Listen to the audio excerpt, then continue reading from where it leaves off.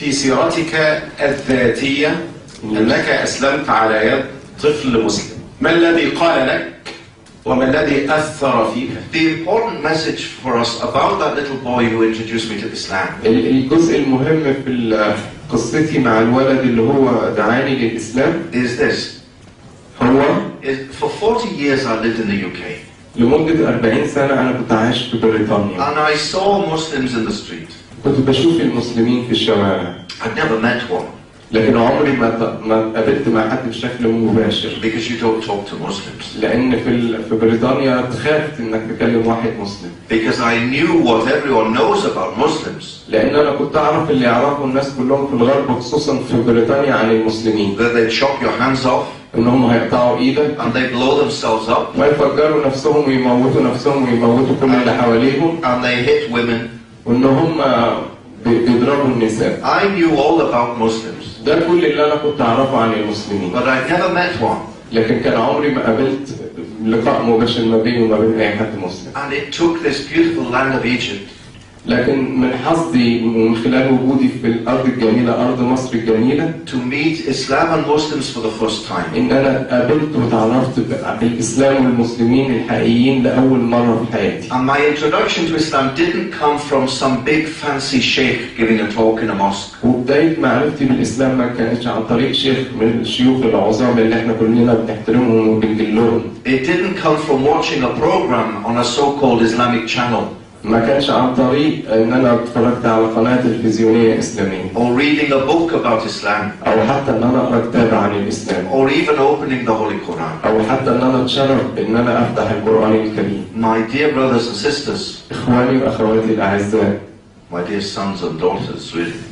الحقيقه انا المفروض اقول لكم ولادي وبناتي لان انا عجوز قوي عليكم ان اقول لكم اخواتي واخواتي. This is the beautiful part of it. هي ده اجمل جزء في الموضوع. I was introduced to Islam by a little boy of about 14 in the street. بدايه معرفتي بالاسلام كان عن طريق ولد في سن 14-15 سنه في الشارع. You know, he had nothing.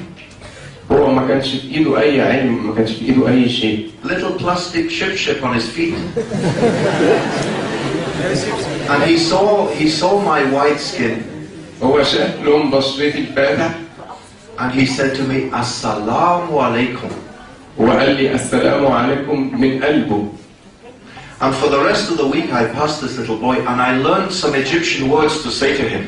وخلال الاسبوع اللي انا كنت عايشه في مصر بقى تعمدت ان انا كل يوم امر اعدي عليه عشان اشوفه وتعلمت له بعض الكلمات عشان اقولها له. I learned to say to him, زايك يا حبيبي.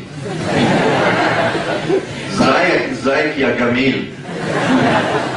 اتعلمت ان انا اقول له ان هو قاله طبعا ده مش محتاج. And he replied to me, Alhamdulillah. لكن كان رده دايما من جوه قلبه بقناعه الحمد لله بصدق. So he didn't try to persuade me about Islam. طبعا هو ما حاولش ان يشجعني ان انا اسلم او يدعوني للاسلام. Didn't do it at all. He didn't see me as an object to be converted. هو ما كانش بيفكر باي شكل من الاشكال ان يحولني للاسلام او يدعوني للاسلام. Just by the beauty of his character, he touched my heart. لكن بصدقه وجمال حديثه لمس قلبي. Now the beautiful part of the story is this.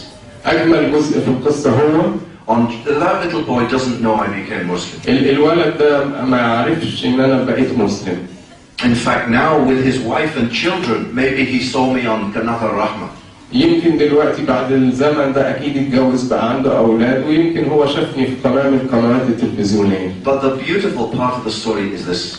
لكن اجمل شيء في القصه دي هو on Judgment Day, ان يوم القيامه like all of us, زي ما كلنا he will appear naked before Allah Almighty. زي ما كلنا هنقف نحاسب قدام ربنا سبحانه وتعالى. And give an account of how he lived his life. ونتحاسب على كل اللي احنا عملناه في حياتنا.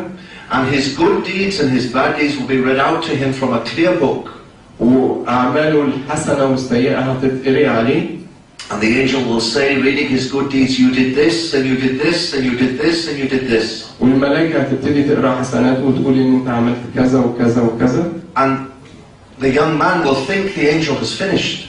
هو في اللحظة اللي هو يفتكر إن هو ده كل الحاجات الحسنات اللي هو عملها في حياته. But only then will it begin. في الحقيقة ساعتها هيبتدي يسمع كم الحسنات اللي هو عملها في حياته. The angel will read out الملائكة هتقرأ عليه all of the shahadas that have been declared all over the world because that little boy introduced me to Islam. كل الناس اللي أسلموا في جميع أنحاء العالم بسبب الولد ده وأسلوبه الجيد اللي حببني إن أعرف عن الإسلام. All the television and radio programs because he introduced me to Islam.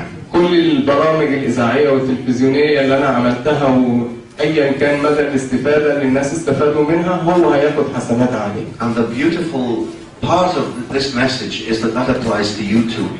الأهم حاجة ليه أنا بحكي لكم القصة دي لأن ده بيطبق علينا كلنا كمسلمين. كلنا كمسلمين هنتحاسب على أعمالنا وممكن ندعو من خلال تصرفاتنا مش بالكلام بس.